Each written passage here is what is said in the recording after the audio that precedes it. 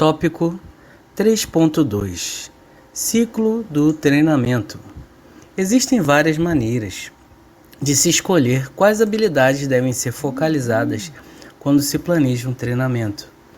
Uma dessas maneiras é avaliar o processo de produção dentro de uma organização, buscando temas como a produtividade, produtos rejeitados, problemas de relacionamentos interpessoais, custos elevados, entre outros. Pode-se também determinar os objetivos do treinamento, verificando o que as pessoas dizem sobre o que é necessário que se treine na organização. As pessoas falam, discutem e opinam sobre quais os tipos de informação, habilidades ou outros aspectos necessários para melhor executar as suas atividades. Outra maneira ainda é buscar a visão de futuro da organização, além dessas maneiras de avaliar uma necessidade de treinamento. Cabe lembrar que o envolvimento de novos processos e tecnologias na produção de produtos ou serviços são sinais de que novas habilidades deverão ser adquiridas pelos funcionários. Quando elaborado de forma adequada, o treinamento garante grandes benefícios para a organização, tais como 1. A análise das necessidades de treinamento de toda a organização. 2. A definição dos tipos de desenvolvimentos que podem ser aplicados aos funcionários. 3. A definição das prioridades de cada setor. 4. A implementação de um plano com treinamentos a curto, médio e longo prazo.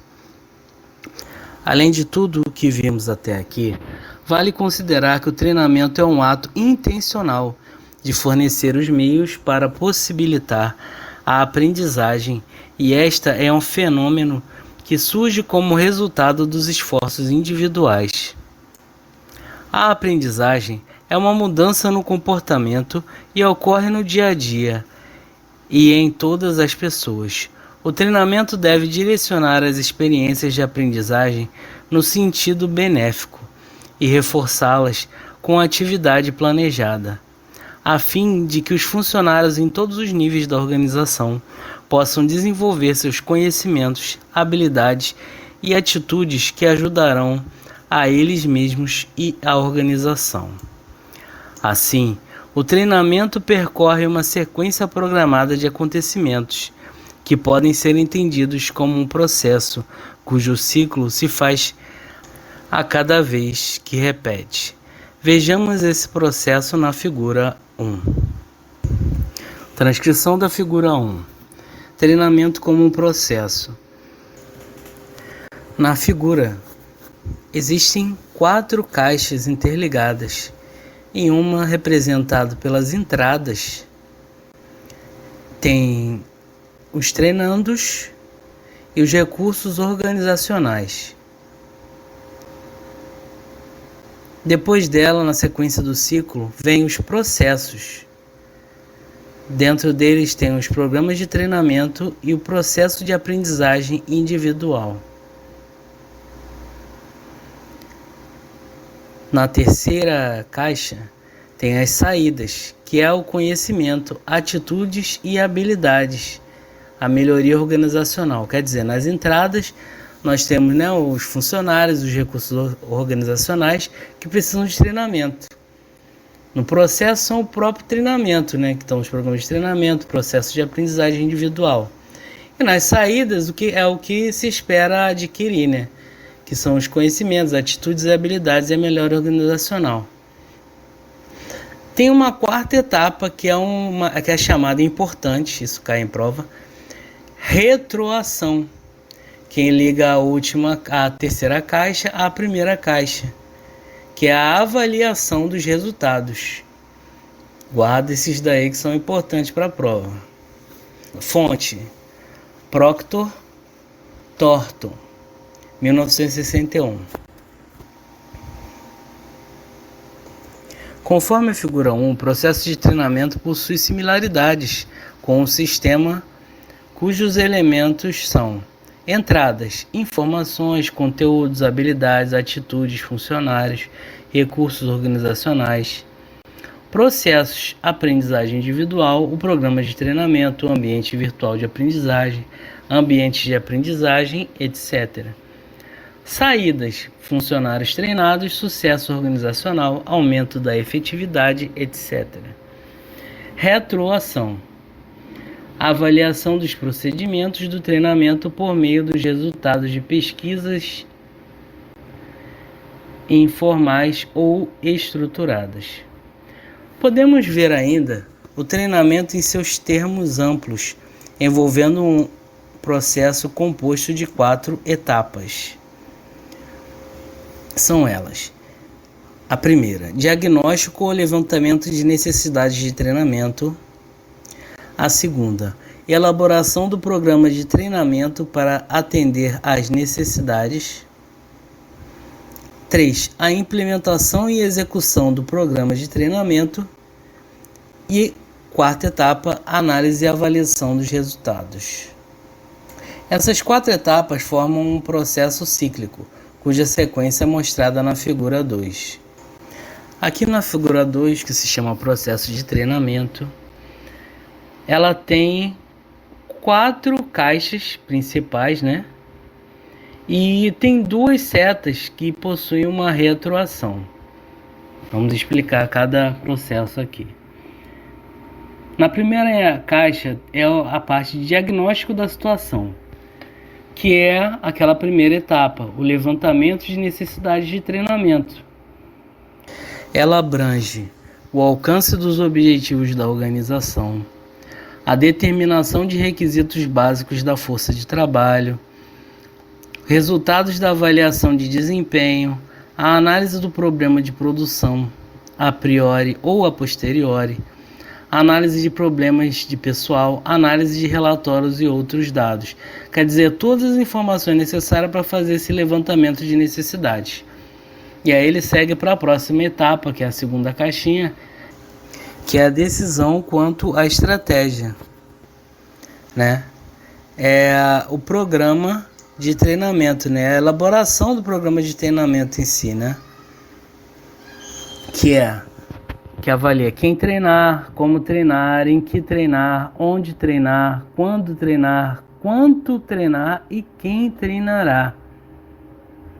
Após toda essa planejamento, é a implementação, que é o terceiro quadrinho, que é a execução do treinamento, né? Implementação ou ação, que é a execução do treinamento.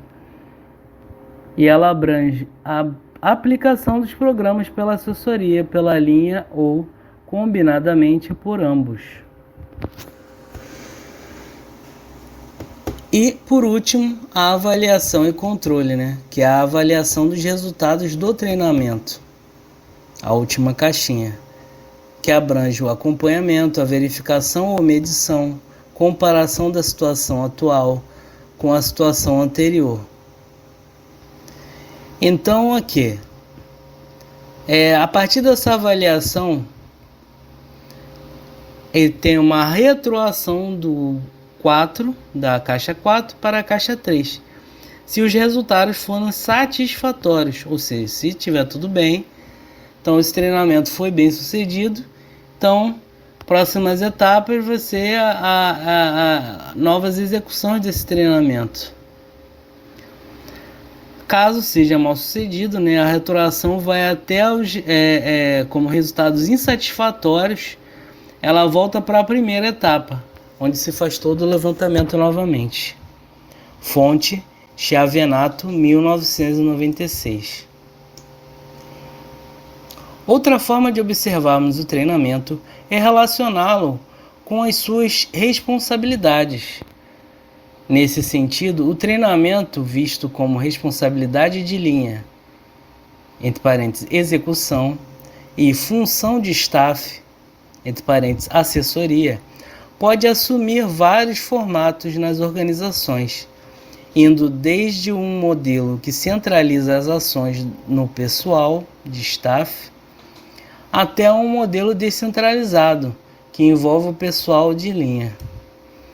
No entanto, o que se espera é que o treinamento tenha responsabilidade de linha e função de staff, fazendo com que a situação preferida seja aquela onde o pessoal de linha assuma a responsabilidade do treinamento e obtenha a assessoria especializada do pessoal do staff na forma de levantamento e diagnóstico das necessidades e estabelecimento de uma programação adequada para a execução do treinamento. Uma relação entre as funções de assessoria e responsabilidades de linha pode ser vista na figura 3. Figura 3. Funções de assessoria versus responsabilidade de linha. Então, tem um tipo de tabela onde tem na primeira coluna modelo, né, qual modelo que é. Na segunda coluna o órgão de treinamento, né, que é a função de assessoria, quem que vai assessorar.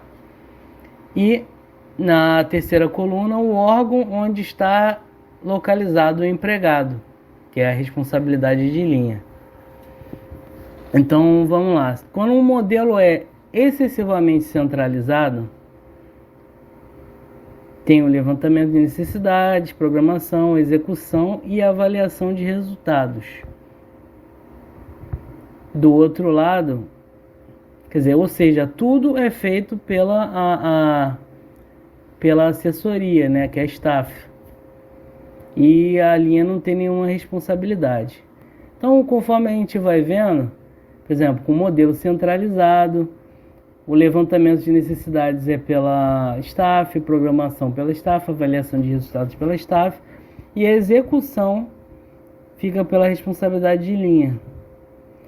Num plano equilibrado, modelo equilibrado, tem o levantamento de necessidades e programação por parte da staff, e a execução e avaliação de resultados por parte da responsabilidade de linha. No modelo descentralizado, existe o levantamento de necessidades apenas para a staff, e na responsabilidade de linha tem a programação, execução e avaliação dos resultados.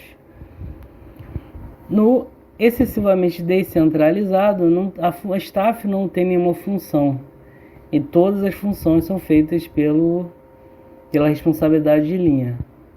Né? Como ele disse,